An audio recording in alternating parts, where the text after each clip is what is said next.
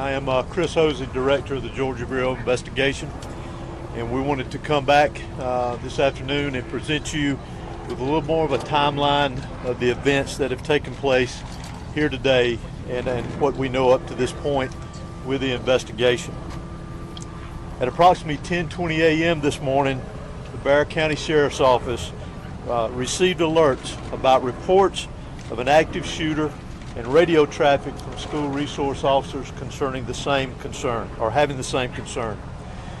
Within minutes, law enforcement was on scene, as well as 2 school resource officers assigned here to the school who immediately encountered the subject within just minutes of this report going out. Once they encountered the subject immediately surrendered to these officers and he was taken into custody. Additionally, what I want you to know as of now, there are 4 individuals who are deceased from this incident, 9 that have been taken to local hospitals with various injuries. Of those that are deceased, 2 are students and 2 are teachers here at the school.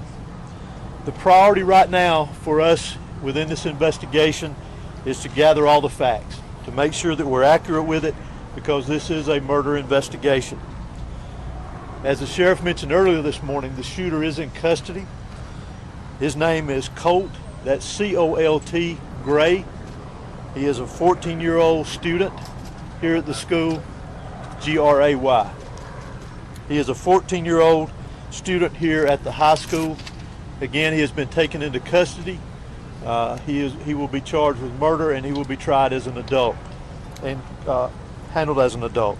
We're coordinating these charges and obviously this investigation with District Attorney Brad Smith, who is the District Attorney for the Piedmont Judicial Circuit here.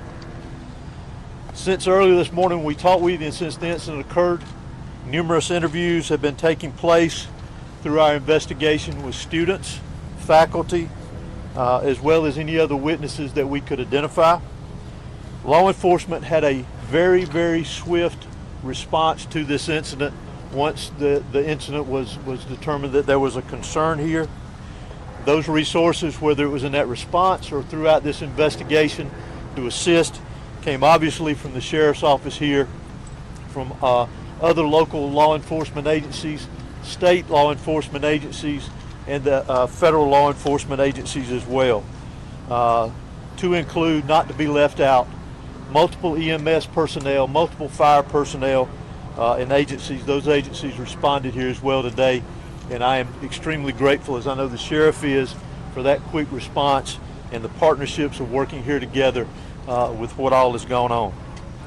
Currently, from the investigative perspective, we have crime scene agents and other special agents from the GBI, from close to a dozen of our different work units from across the state that have responded here today to work on this investigation, again, collecting evidence, conducting interviews, and so forth. I do want to pass this along, that if anyone has any information that wants to be passed on concerning this investigation, that they can do that anonymously at our tip line at 1-800-597-TIPS or 1-800-597-8477. They can also report this on by downloading the See Something, Send Something app. That can be done by Android or Apple phones, either one. If they need to report any tips concerning this investigation. Let me close out before I turn this over to the sheriff and let you just remind you that this is still a very active investigation. There is still a lot that is very fluid. There's still a lot of interviews to be conducted that will continue on into the night, as well as crime scene work and collecting and gathering evidence.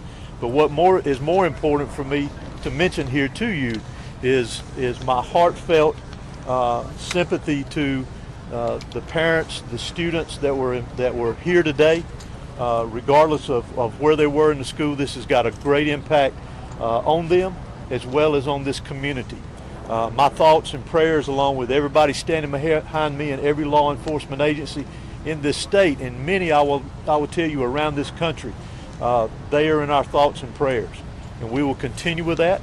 We ask for your patience as we continue through this, and we'll continue to try to give you as many updates with information as we can to keep you informed. But thank you for being here.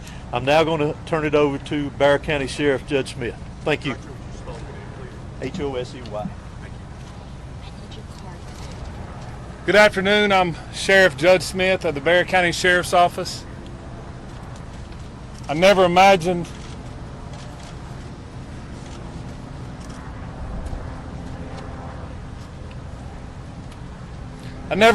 that I would be speaking to the media in my career over something that happened today, the pure evil that happened today.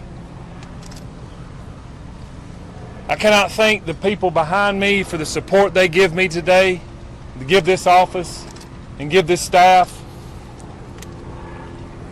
This hits home for me.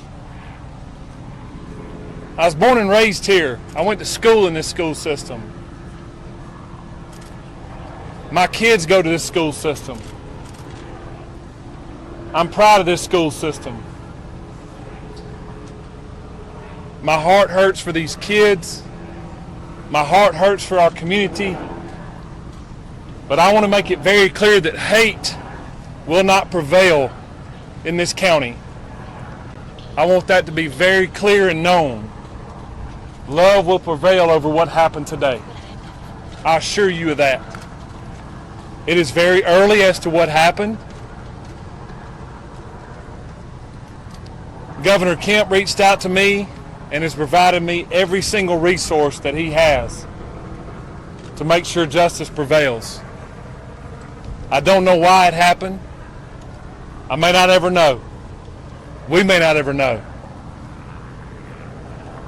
But I ask that you and our community lift up our schools, lift up our public safety, and that, again,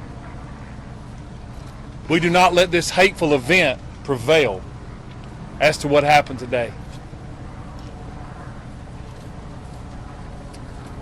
I want to thank the surrounding agencies and counties and cities and state and federal authorities that have come and provided us, because they prevented a lot of more tragic events from happening. Continue to lift up these families, continue to lift up our students and our kids, and know that love will prevail. At this time, I'm going to ask Dr. LaDuff, our school superintendent, to come and speak on behalf of the school.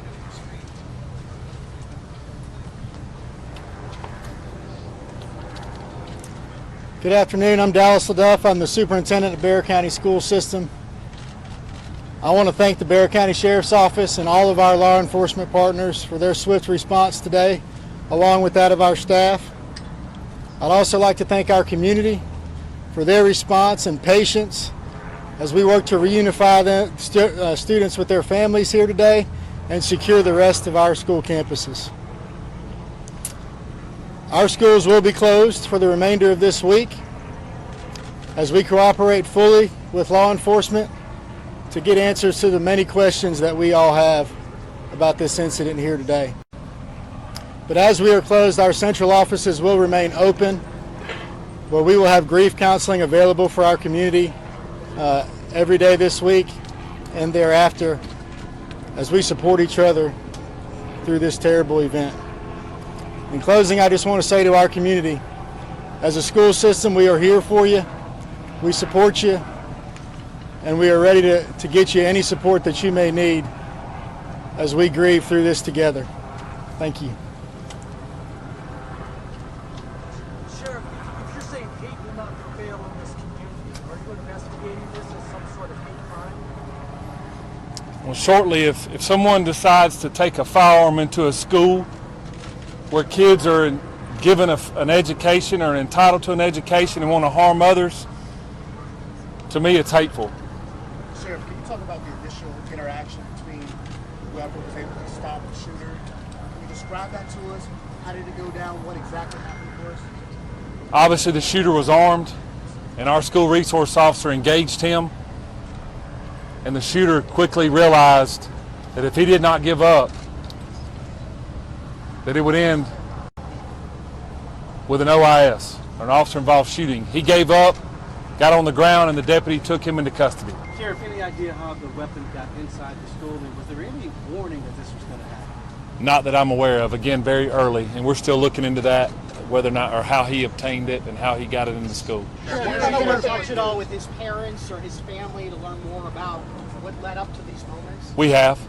Any information you can share? No. What kind of weapon was It seems like you have a large Hispanic population. Have you been able to communicate with the people in their language to make sure that everybody knows what's happening? Yes, sir, I have. The school and our office has people that speak in Spanish, and they have spoke to those folks as well. Yes. How is video Sheriff, is the surveillance shooter helping the sheriff? speaking with law enforcement now? Sorry. Is the shooter talking? Is he saying why? The shooter was interviewed, and he was speaking with our investigators earlier, along with the GBI. How is Sheriff, can you video identify surveillance? the How's that helping the sheriff?